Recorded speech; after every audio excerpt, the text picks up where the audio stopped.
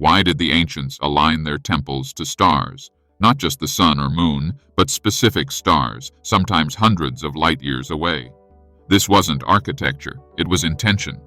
From Egypt to Angkor Wat, from Stonehenge to Teotihuacan, sacred sites were designed to match constellations not visible to the naked eye, at least not without deep sky knowledge. Why? Because ancient builders didn't see stars as decoration, they saw them as doorways to energy, to memory, to the divine. Across Hermetic texts and esoteric records, there's a recurring belief: stars don't just emit light, they vibrate frequency. And when temples are built in resonance with these frequencies, they become living instruments that tune the human body, amplify consciousness, bridge the seen and unseen. These alignments weren't primitive stargazing, they were technology, sacred technology. And maybe the stars weren't just above us, maybe they were maps, leading us back to ourselves. To the ancients, space wasn't empty, it was alive. The stars were not distant fireballs, but intelligent beacons, and aligning a temple wasn't about worshiping what's out there, but remembering what's in here. Archaeoastronomy reveals stunning precision in how temples aligned with solstices, equinoxes, and especially fixed stars. These alignments weren't symbolic, they were energetic. They created resonance fields, a harmony between the earth and sky, body and cosmos. The ancients believed that specific stars guided different aspects of consciousness. Sirius opened intuition, Orion echoed rebirth, the Pleiades whispered divine memory, and by channeling their light, temples became tuning forks for the soul. But how did they know this? These alignments suggest a lost science, one that merges astronomy, geometry, and spirituality, a language of light written in stone, and if we decode it, we might remember who we were and why we forgot. These temples were more than stone and symmetry, they were vibrational instruments, built not just to honor the stars, but to interact with them. Every angle, every axis, every sacred ratio was part of a greater equation, a harmonic blueprint. When sunlight or starlight entered a chamber at the exact time of year, it didn't just illuminate the walls, it activated the space. Sound, light, and geometry converged. Initiates stood at the center. And something happened. Something they couldn't explain in words. Because it wasn't a belief, it was an experience. Many ancient texts refer to ascension chambers or gateways to the gods. These weren't metaphors. They were technologies of consciousness, forgotten now, but not lost, hidden in plain sight. The ancients didn't just build temples, they built portals, and every alignment was a key. These temples weren't just built for the past, they were meant to be found now. If you're beginning to feel what they left behind, follow. Not for answers, but for the next question. The human body was never separate from the temple. In fact, the temple was built in its image. Ancient architects encoded sacred geometry not just to please the gods, but to resonate with the human form. The golden ratio found in temple walls mirrors your bones, your heartbeat, your breath. When you stepped into one of these spaces, it wasn't passive. The frequency of the structure interacted with you. Chanting echoed in harmonic resonance, awakening dormant centers within. Stone wasn't just structure, it was memory, holding the vibration of every ritual, every intention. Temples were not just places of worship, they were tools for transformation, designed to recalibrate your energy, realign your spirit, and remind you of who you truly are. So why did the ancients go to such lengths to align their temples with the stars? Because only when body, earth, and cosmos are in sync can true awakening begin.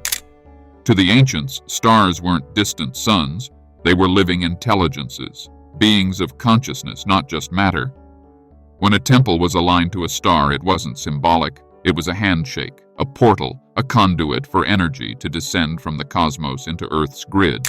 Every solstice, every equinox, light would strike a precise chamber. That moment wasn't just astronomical, it was alchemical. The temple would breathe with the cosmos, drawing in stellar codes that affected the people, the crops, even the weather.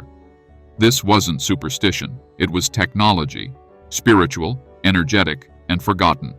The ancients knew that Earth and stars were in constant dialogue. and by aligning stone with sky, they could speak that language.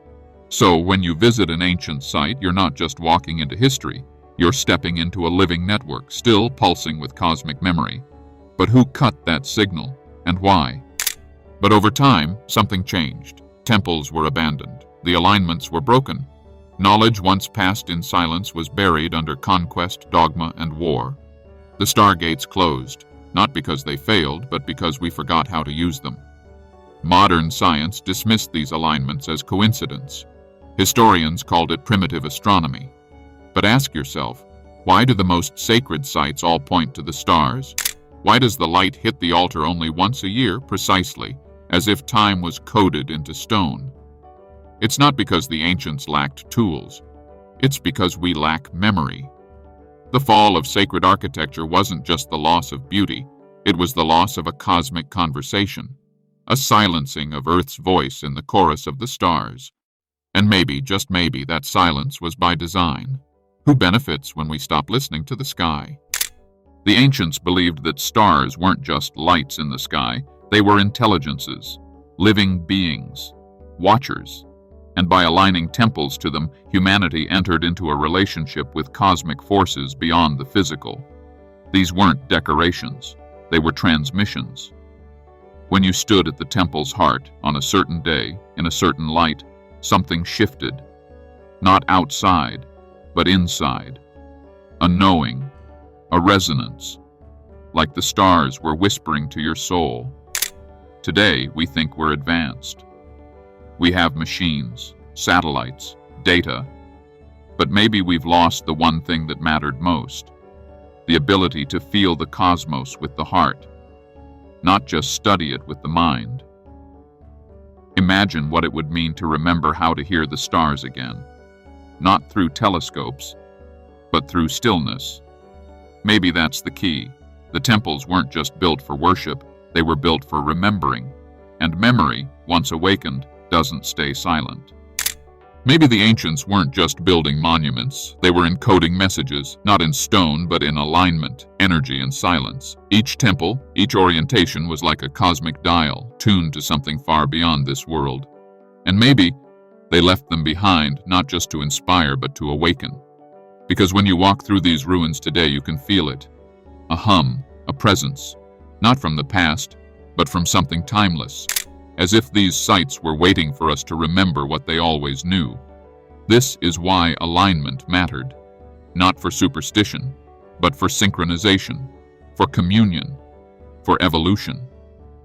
The stars haven't moved, but we have. And now, maybe it's time to come back into alignment, not just with the cosmos, but with our own forgotten frequency. And the question is, will we listen? What if those temples weren't built to worship the stars, but to become them?